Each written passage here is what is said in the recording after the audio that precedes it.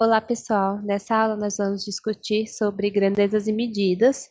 E os residentes que estão apresentando essa aula sou eu, Mariana Dantas, e o Vinícius Dias. Olá, pessoal.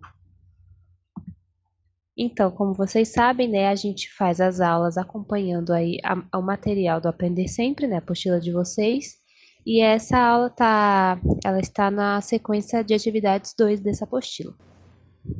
Então, gente, agora vamos falar um pouco sobre medir, né? O que seria, né? Vamos para a definição da palavra. Então, medir é, como está dizendo aí, a atividade que envolve a comparação de grandezas.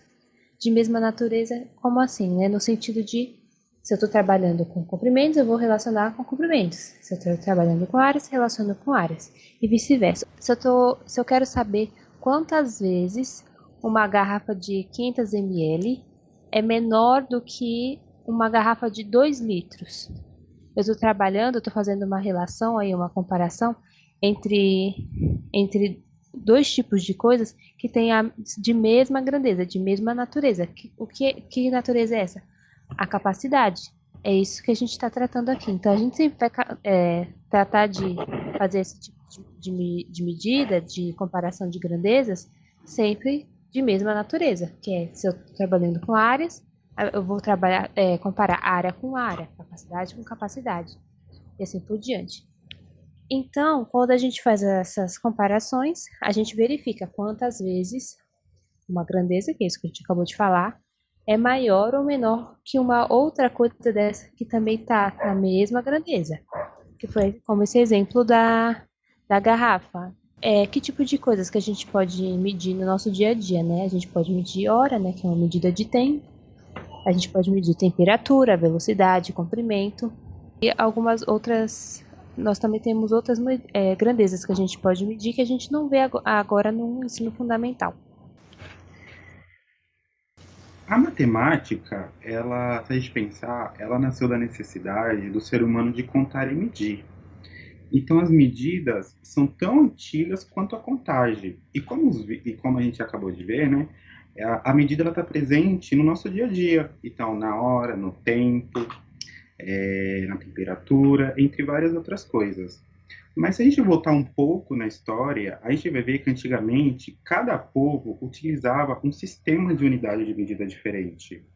E geralmente esse padrão, essa unidade, era as próprias partes do corpo do rei daquela época, por exemplo. Na Inglaterra, o rei Henrique I, ele declarou que a distância do seu nariz até o seu dedo, até o seu dedo médio, né, seu mindinho, chamava de jarda. E uma jarda nos dias de hoje, né, é aproximadamente 90 centímetros. Mas também existiam outros tipos, como a polegada, como o pé. Então é possível ver que varia de acordo com cada rei. E não era um padrão que se utilizava, né? Mas se a gente pensar, vale ressaltar, né, que nos dias de hoje, quando a gente não tem um instrumento como uma régua, por exemplo, para medir, a gente muitas das vezes usa o pé ou até o próprio palmo da nossa mão. Vamos ver agora outras grandezas que existem atualmente. E eu vou apresentar para vocês uma grandeza do povo indígena, chamada de Iuante. Em geral, cada povo indígena tem sua maneira própria de lidar com situações que envolvem matemática. O povo Palicu, por exemplo, costuma utilizar a palavra Iuante, que significa braço, para indicar certa medida de comprimento, que pode variar de acordo com o contexto. Para medir o comprimento e a largura de uma casa, por exemplo, um iuante equivale a cerca de 170 centímetros. Então, a gente pode ver que um iuante equivale a cerca de 170 centímetros. Certa casa em uma aldeia Palicu tem cerca de 5 iuante de comprimento e 3 iuante de largura. Cerca de quantos centímetros de comprimento e de largura tem essa casa? Então, ele quer saber em relação a centímetros com iuante. Então, vamos pensar. No começo, ele disse que um iuante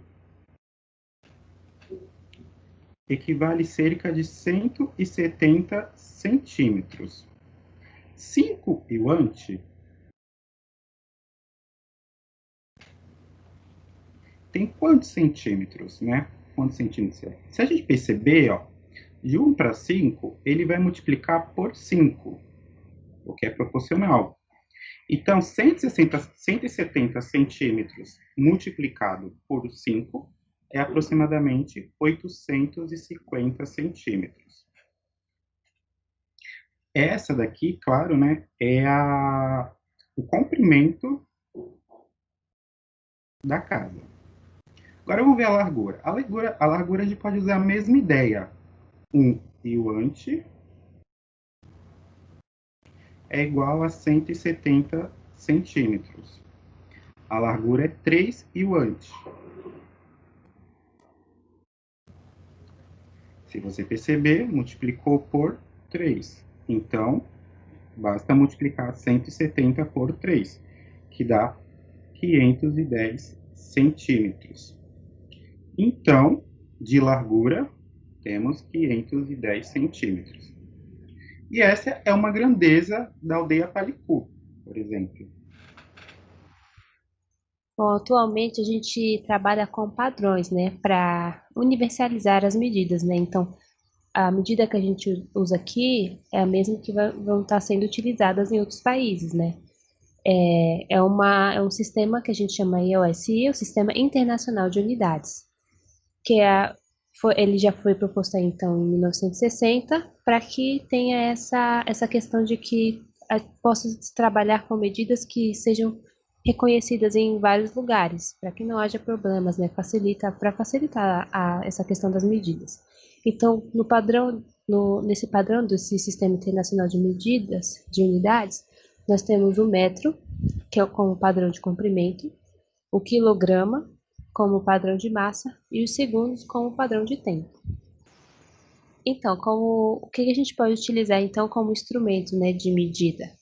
Nós temos aí para medir comprimentos, nós temos a régua, que a gente utiliza muito na escola, temos as trenos, que é muito utilizado em construção civil, né?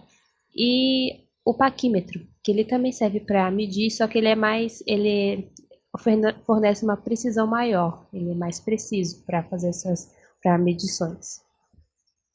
Como medidas de massa, né? Nós temos o que? As balanças, então tem diversos tipos, né? Tem aquelas que a gente usa para medir comida, né? Que vai geralmente são mais precisas, essas que medem mais questões de gramas. Nós temos as balanças que a gente usa para medir nosso próprio peso, né?